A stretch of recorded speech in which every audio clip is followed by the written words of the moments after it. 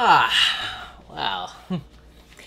Hey guys, Fico here, and welcome once again to the merry-go-round of next gen, as we have just been given a glimpse of about 24 hours ago, not just, about 24 hours ago at around 1 p.m. Eastern, my time.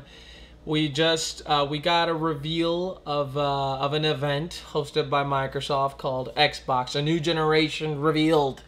It was an event that a lot of people felt that was going to be when the new generation of Xbox is going to get revealed, and Lord and behold, that's exactly what happened. And it's been about 24 hours. There have been a ton of new developments that have occurred.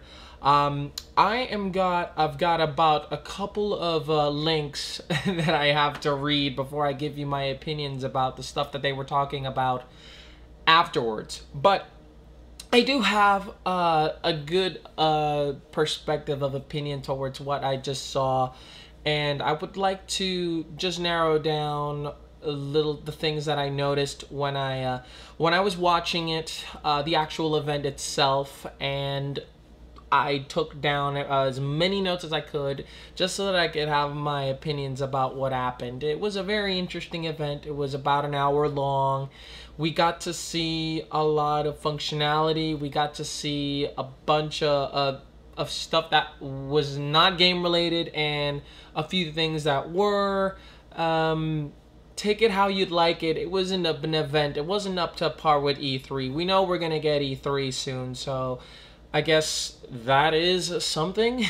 we didn't get a lot, but of gaming, but well, I'm not much as to complain about what has happened. But let's get down to it.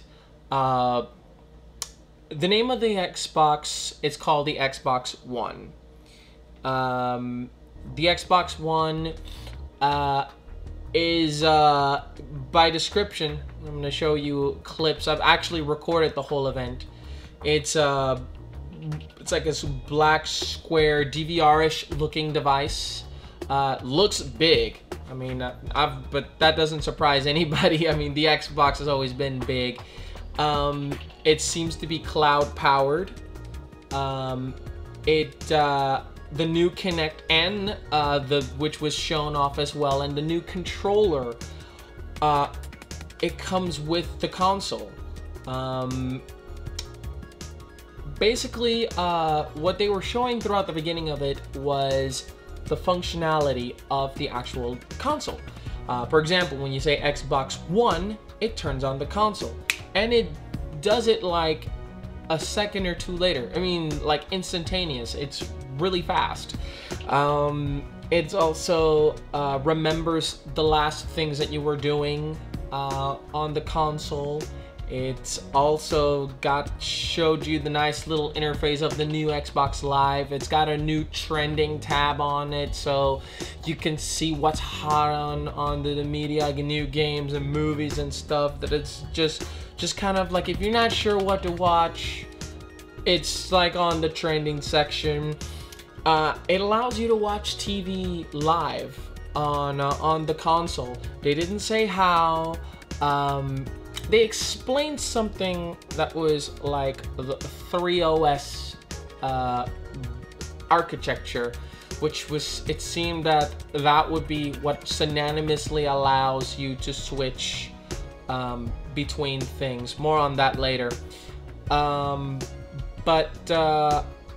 Basically, what he says, he switched from TV, then he switched to music, he switches to games in like less than a second each. It was like he says, play this, and you're playing the game. Watch this, and you're watching Star Trek like he was watching.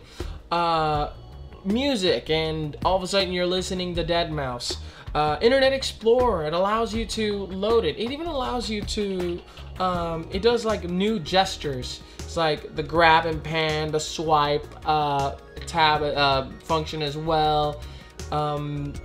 Snap mode, which allows you to snap like multiple apps together. So you could be playing, and if you need to bring up Internet Explorer, it'll allow you to bring up Internet Explorer.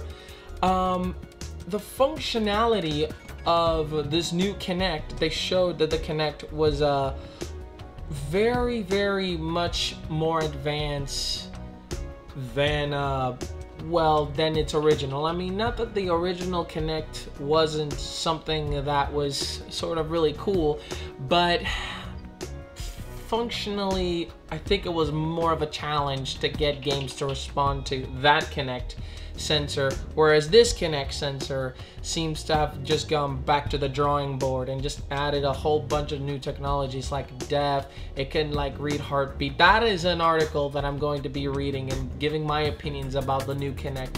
I've only just going from what I remember, and also going through what I kind of just noticed about the possibility of making Kinect games. Again, I do hope that they focus more on doing games that incorporate Kinect, not make them full-blown Kinect games. I do hope for that.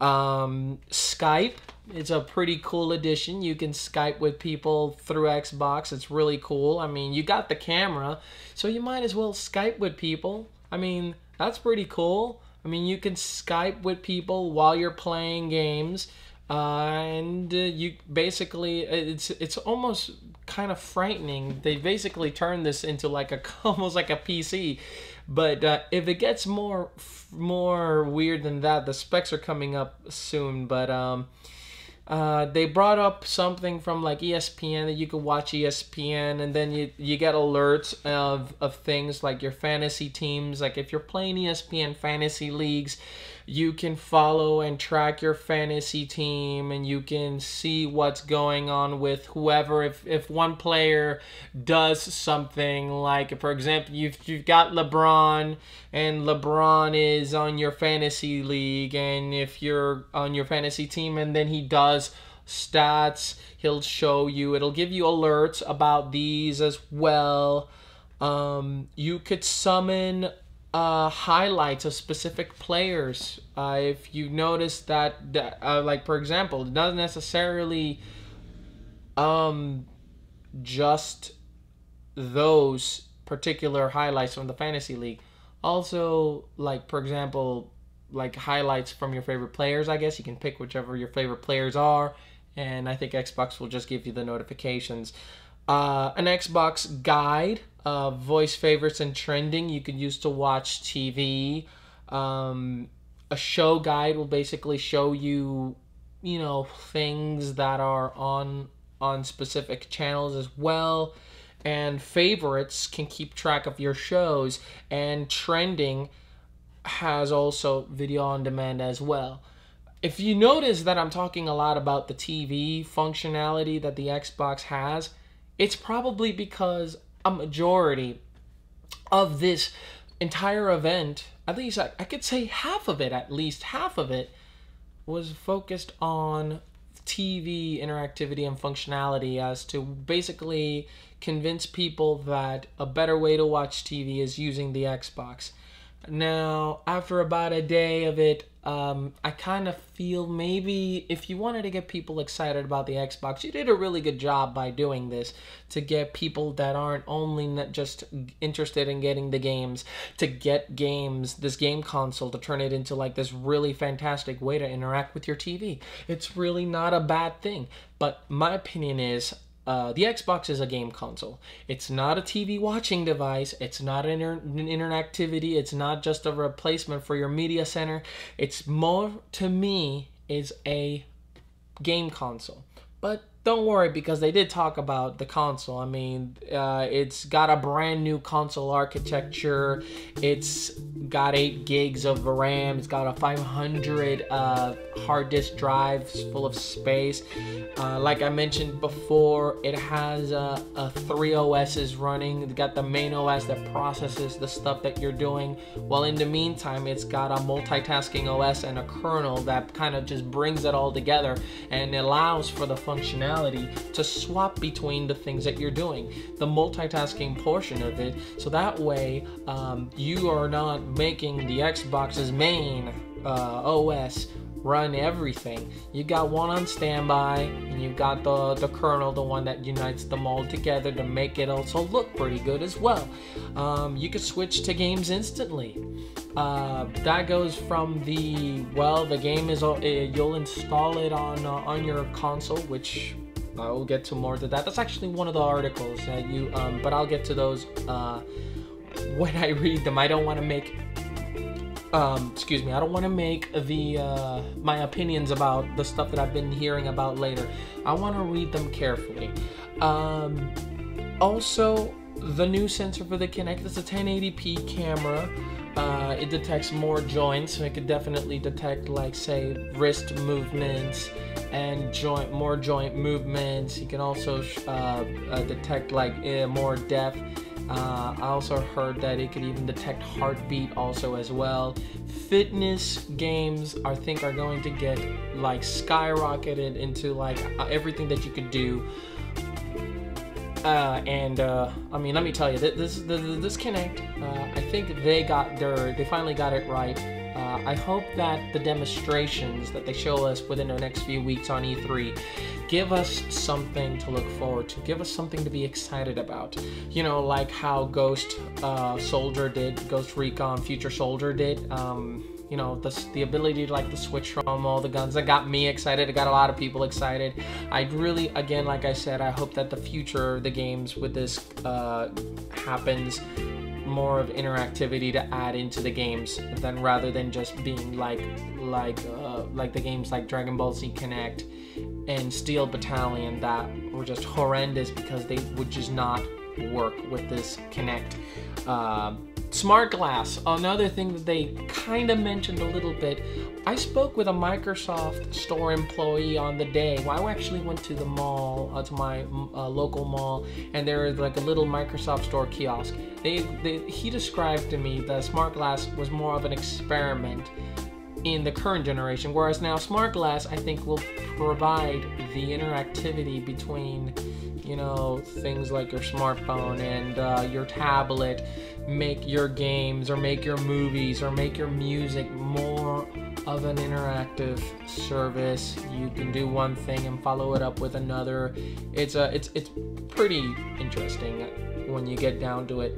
Now, Xbox Live, what can I say?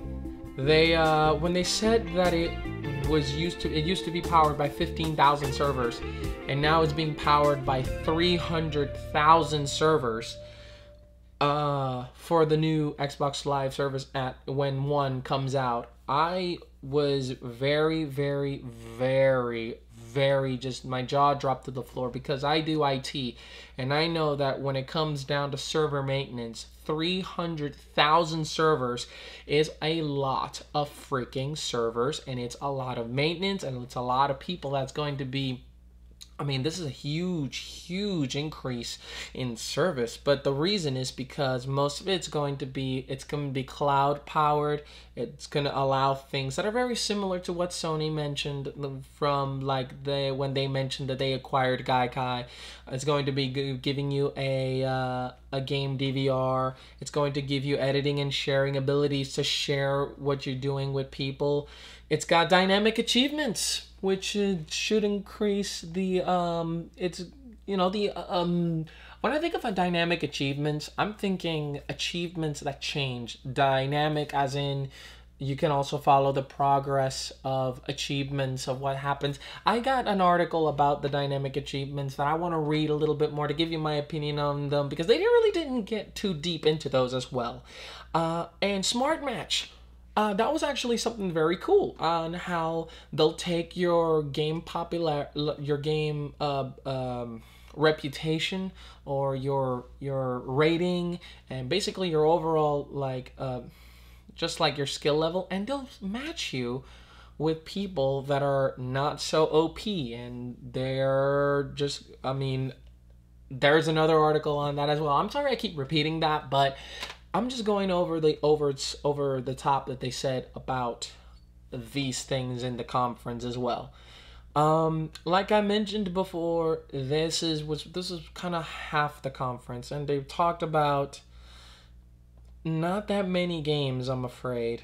For example, EA Sports came out and they said that the next FIFA, Madden, NBA Live is coming back, and the next UFC games, they showed this new Ignite engine that apparently had human intelligence, true player motion, living worlds, made the places feel more like you were actually in these events.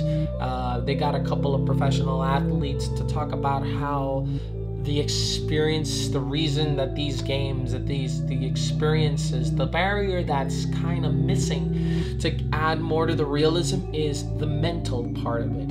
How you feel when you go into this stadium, how you feel when the crowd is chanting, how you feel when things are happening.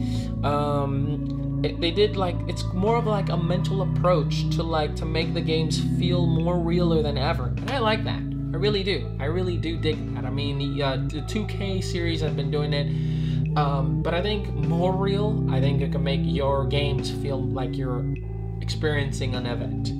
And I know my friend Asa probably went crazy when he found out how real the Madden experience is going to be. He loves that freaking series. So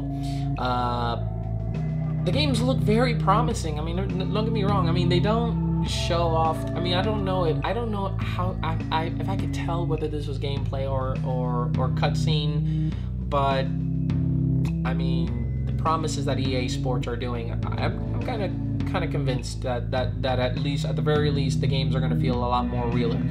Forza 5, don't really care about it. It looks better visually, and it's going to be available at launch. Forza 5, I mean, a lot of people are fans of Forza.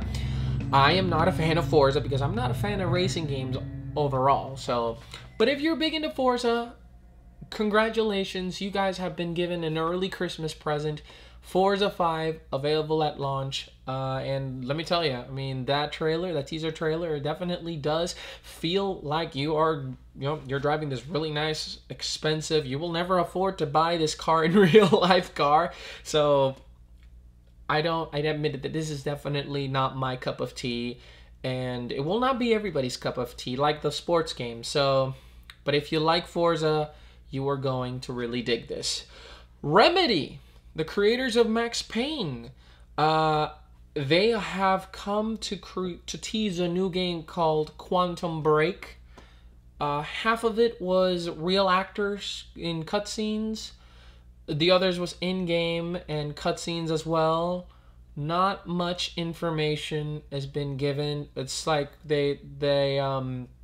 I think they touch a little bit more about it later on, but I have a feeling that this is another game that we're going to see actual gameplay footage when E3 comes within the next few weeks. Now, they announced that there were going to be 15 exclusive game titles within the first year in Xbox Live. On Xbox One, you're only going to be able to get these 15 new games within this first year. So, and 8 of these are franchises. New franchises. They're going to start franchises. I'm thinking Destiny is probably going to be one of them, so that's pretty cool. But they said Destiny is not going to be Xbox only. Or maybe they have. I don't know. I gotta reread this. I did get confirmation on one of the articles that both Assassin's Creed 4 and Destiny will be available on Xbox One. So I mean, Destiny was pushed as this big game for the Sony PlayStation 4. It was kind of strange that Bungie was doing this for the PlayStation conference and not the Xbox event. But who knows? Who knows? I am kind of looking forward to Destiny. I mean, Bungie has been one of my favorite companies. I do love when they worked on the Halo franchise. I do like 343 as well. They did a good job with Halo 4. And I do expect, hopefully, that we might get a Halo 5 revelation on E3. Maybe next year on E3. But the Xbox One, to make Halo look even better, in my opinion, is probably their landmark achievement. To take Halo to a direction where I think will make Halo franchise skyrocket in its popularity more. Speaking of the Halo franchise, another big thing that was announced, it had nothing to do with games, it had nothing to do with the Xbox One, but they announced a live-action TV show, and Steven Spielberg, the director of Minority Report, the director of Jurassic Park, writing a Halo screenplay to be adapted to TV. 343 did an amazing job. I haven't seen Forward Onto Dawn, but Forward Onto Dawn, I think, gave people the incentive that you can make a Halo TV show. Hell, you can make a movie. You can do like freaking little adaptations like these, like the Halo Legends and the Halo database just keeps growing. I mean, it's nothing. This Halo universe is not gonna go away. And to make it into a TV show, how television is getting so big with Game of Thrones and Walking Dead and Breaking Bad and Mad Men and Falling Skies and a ton of other shows I can't even remember because they're so awesome. Television is starting to up its game. HBO has been doing it for years, but now regular television is up its game. Seriously, I'm just amazed with this news. I was very happy. There was an NFL partnership I really didn't care about too much. I love football. I love the NFL. You know, good for the NFL, good for NFL fans, good for... I think that the NFL...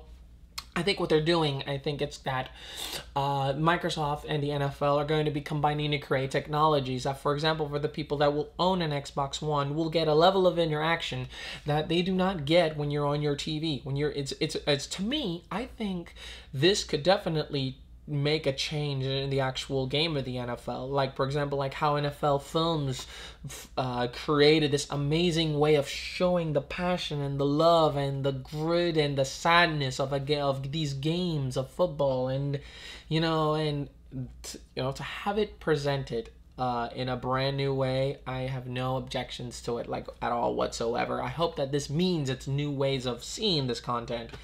Again, for someone that doesn't have cable, I don't know what's that gonna do. I mean, if I wanted NFL, I mean, as long as it gives me the Buccaneer games, I really don't care. I can just give me the Bucs games, because our fans don't go to the games. The NFL blocks them out, and whatever. The last two things that they said, they announced that the Xbox One was going to launch this year. So they also said in the Sony PlayStation 4 that it was going to launch this year. So that means that we'll have 3 new next generation consoles this year. They didn't say when. I do believe that on E3 we're going to get either an official launch date or a quarter release date. I'm betting it's Q4. I'm betting it's at the holiday season. Just wait and see. It's not gonna surprise anybody. I'm thinking that this is ready. And to absolutely no surprise to anyone, Infinity Ward came out and they talked about Ghosts. Now, I am not a Call of Duty fan. I do not own Call of Duty Modern Warfare 3. I don't own Black Ops. I don't own Black Ops 2.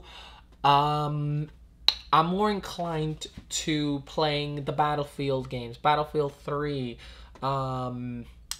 It just definitely feels more like the type of game that I would play. But I have been a fan of COD for a long time. Call of Duty 1, 2, 3, Modern Warfare 1. Those were really great games. And I think with this new game, Ghosts, might actually turn me back into this, because they said that they're going to focus more on the game, on the stories. They got a new story. They have a brand new engine, which finally, I was just saying, finally, they're talking about this new Call of Duty engine. It's been running on the same engine, and then they compared Infinity Ward's last game with this one, and I think what they should have done is just compared Black Ops 2 with this one, because Black Ops 2 is the newer game, but I mean they're all done with the same engine, I'm thinking. So I think it would be comparing green apples to red apples to this brand new super hypersonic radioactive apple that they've just created. Things that I liked, they focused on the story. The writer of Academy Award winning screenplay writer, I forget his name, but he's the writer of Traffic and Syriana, and he's writing the game story, or he's written the game story. Things that they showed where you were gonna get dogs to play, to interact. They're not gonna be just like some unlockable that you get from a kill streak. You're actually gonna be using dogs. They had a nice little clip of the dogs in motion capture suits. It's like so cute because it's like, you want dogs to act like dogs. Why not put a dog in a motion capture suit and record his motions? That was, to me, something I think that was very, very interesting. I'm glad that Infinity Ward is pushing more for realism, and it has now. It gives you sort of like things that you can already do already. Just like they talked about the mantle, the lean, the slide. They also talked about, they gave you like a sneak peek in multiplayer because, I mean, let's face it, that's what COD is all about. That's what the passion of people, like, they get into competitive gaming, and this is basically where they are more passionate for Call of Duty, and it is for the multiplayer. It's got dynamic maps, so that to me tells me actions on the maps, destructible areas. I like to think that it's something like Frostbite and Battlefield 3. I hope that is exactly what it is. They didn't get into too much detail, but E3 is right around the way, so hopefully they'll give us a demonstration, a better demonstration. And with all of the reveals that they did, with all of the technologies, with the improvements in the graphics, with the character details in the models, with the graphics, with all of the additional technologies like high HDR, and the pixel count has just gone up, and the levels have a lot more detail in them, trailing smoke, and all those specifics that you've been getting for some time on computers. It's still going to run at low latency, and it's going to run at 60 frames per second, which to me, that is an excellence in Infinity Ward's part. If they can give you this and not affect the game's performance at all, it makes it even feel even the more realer than it is. Now, they revealed like the world premiere trailer for Call of Duty Ghosts, and with that, basically concluded the entire event. Now, what is my opinion about the event? I have to say I'm very, very happy. I was very excited about the event. I was very, very like captivated with it. With Sony, I'm still not completely sold, but then again, there are these articles that I have to read about the stuff that they were talking about later, and I'm already hearing people outright just saying no, they're not going to give it a chance. But I myself, I'm here to just say one thing, okay? The Xbox's experience has been a very great one, and in spite of what I've heard, I'm still thinking that I'm still going to get an Xbox One, but we got to just basically hold our horses a little bit because I want to definitely give my opinions about it. So I hope that you guys understand. I am a very big fan of all of video gaming. I'm not such a huge fan of Sony. That's the console I use the least. But you know, Sony did give me good things to look forward to for their next console, especially the part about the developers. You know, I mean, thank you, Sony, thank you for caring about the developers for once. For once caring about the developers. And Microsoft's approach, I think, with the new architecture, I think they saw it as an opportunity to do the same. They didn't acknowledge it, and that's the main criticism that I have about this entire event. I wish they focused a little more about the games. I wish they had more to show us. I understand that this is supposed to be something that we're gonna get on E3, and this was just as a morsel, like a little teaser presentation coming up to E3. I honestly cannot wait for E3. I told Victaru, Victaru asked me if maybe we should just get together and do another one of these next generation videos, and I told him that's exactly what I was thinking. I specifically told him, stole the thought right out of my head. You know, you read my mind. And hopefully in the future, you will see a video with me and Victor back at his place. Give him back his comic books as well.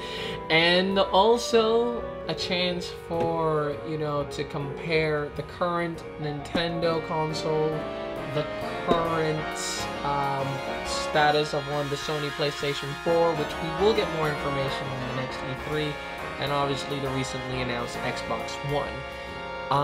I'm excited about this. I really am. And what I'm going to do is I'm going to do a part 2 video after I read these articles. And I'm going to give you my opinions about them, because I don't feel, it doesn't feel fair that I should say stuff that on top of my head without furtherly getting the actual facts. I want to just make sure that I don't BS through this thing. But this is my opinion of the Xbox Live event. But what did you guys think? Did you guys like the announcement of the Xbox One? Is there things that you like? What is it that you don't like about the actual event itself? As for everything else that you've heard, if you want to offer your opinion about it as well, you can also offer it as well. But just remember, I'm going to be talking about them on a later video. Hopefully by this week I will have this video for you guys. So anyway, guys, thank you for watching, and if you like this video, just give it a thumbs up, and we hope that by E3 we'll get a lot more of these questions answered. Specifically, I would like to see more games and less talking about the TV. I hope that this was the reason why they did this, that they just decided to get the stuff, like the business side of it out of the way, and then just talk about games on E3. I'm praying that that's what it is. So anyway, guys, you have a great day. We'll catch you guys later. Peace